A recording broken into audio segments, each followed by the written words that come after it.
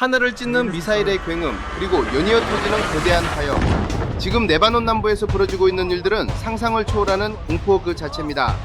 자, 본격적인 분석에 앞서 중동의 긴박한 정세를 가장 빠르게 전해드리는 저희 이슈인사이트 구독과 좋아요, 알림 설정까지 꼭 부탁드릴게요. 여러분의 클릭 한 번이 이 복잡한 국제정세의 핵심을 찌르는 분석을 만드는 가장 큰 힘이 됩니다. 방금 보신 영상처럼 최근 이스라엘 방위군의 폭격은 자비가 없습니다. 레바논 남부 크파르테브닉과 아인카나 지역 주민들에게 지도에 빨간색으로 표시된 건물에서 300m 이상 즉시 대피하라는 아비차이 아드라이 대변인의 경고가 떨어지기 무섭게 정밀 타격이 시작되었거든요. 건물이 무너지며 발생하는 2차 연쇄 폭발은 평범한 민가 아래 헤즈볼라가 숨겨둔 거대한 무기기지가 있었다는 사실을 시각적으로 증명하며 전 세계를 충격에 빠뜨렸죠. 하지만 이 섬광 이면에는 무려 40년간 겹겹이 쌓여온 잔인한 악연의 역사가 흐르고 있어요. 이 비극의 시작은 1982년으로 거슬러 올라갑니다.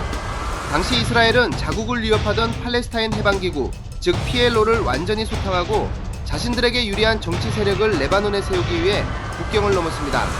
결국 PLO를 내쫓는 데는 성공했지만 이스라엘은 생각지도 못한 더 큰 괴물을 만나게 됩니다. 당시 쫓겨난 PLO는 순위파 중심의 단체였지만 그들이 떠난 레바논 남부의 진짜 주인은 대대로 그 땅을 지켜온 시아파 무슬림들이었어요. 이스라엘의 점령이 길어지자 이 시아파 주민들 사이에서 순위파인 PLO도 못한 저항을 우리가 직접 하겠다는 분노가 들끓기 시작했죠.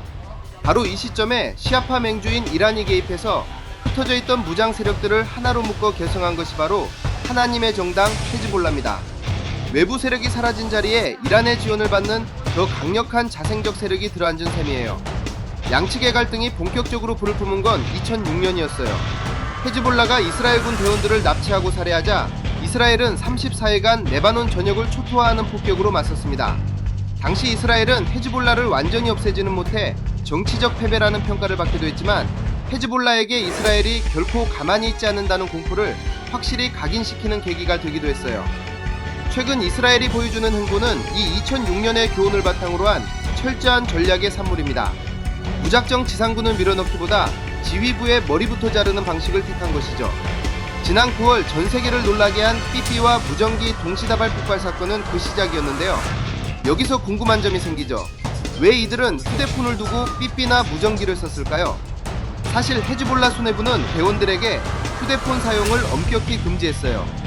휴대폰은 GPS를 통해 위치가 노출될 뿐만 아니라 이스라엘의 고도화된 감청 기술에 너무나 취약했기 때문이죠. 반면 무전기와 삐삐는 인터넷 연결 없이 특정 주파수만 사용하기 때문에 추적이 훨씬 어렵다고 믿었던 거예요. 하지만 이스라엘은 이 허점을 역으로 찔렀습니다. 보안을 위해 선택한 그 기기들 내부에 미리 폭발물을 심어두었다가 동시다발적으로 터뜨려버린 거죠.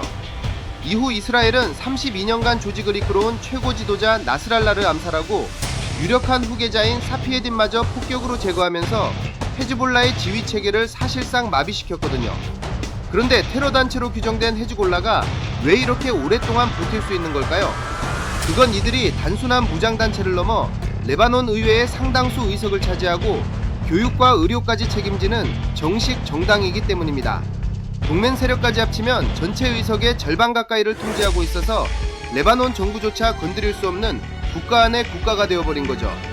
특히 헤즈볼라는 이란이 중동 전역에서 운영하는 대리 세력 중 가장 강력한 핵심 축이에요. 이 때문에 미국은 최근 이란과의 협상 과정에서 중동 내 대리 세력에 대한 자금 및 군사 지원 금지를 강력하게 요구해왔고 이 금지 대상의 최우선 순위에는 언제나 헤즈볼라가 포함되어 있었습니다. 이란의 젖줄을 끊어야만 헤즈볼라라는 괴물을 멈출 수 있다고 판단하고 있는 거예요. 결국 이스라엘은 안보를 위해 헤즈볼라를 무너뜨려야만 하고 헤즈볼라는 생존을 위해 저항을 멈출 수 없는 평행선을 달리고 있습니다. 전문가들은 지금의 공습으로 수뇌부가 사라진다고 해도 이 전쟁이 쉽게 끝나지는 않을 거라고 경고하고 있어요. 전쟁으로 쌓인 증오가 생존자들의 가슴속에 더 깊은 적의를 심고 결국 또 다른 형태의 헤즈볼라나 하마스를 탄생시킬 자양분이 될 수 있기 때문이죠. 태생부터 이스라엘에 대한 증오로 만들어진 헤즈볼라와 무차별적인 공격으로 맞서는 이스라엘. 이 최악의 국제 분쟁에 과연 끝이라는 게 존재할 수 있을까요? 여러분의 생각을 댓글로 남겨주세요. 이번 영상도 끝까지 시청해주셔서 감사합니다. 이번 영상이 도움이 되셨다면 구독과 좋아요, 알림 설정 부탁드리겠습니다. 다음 영상에서 또 뵙겠습니다.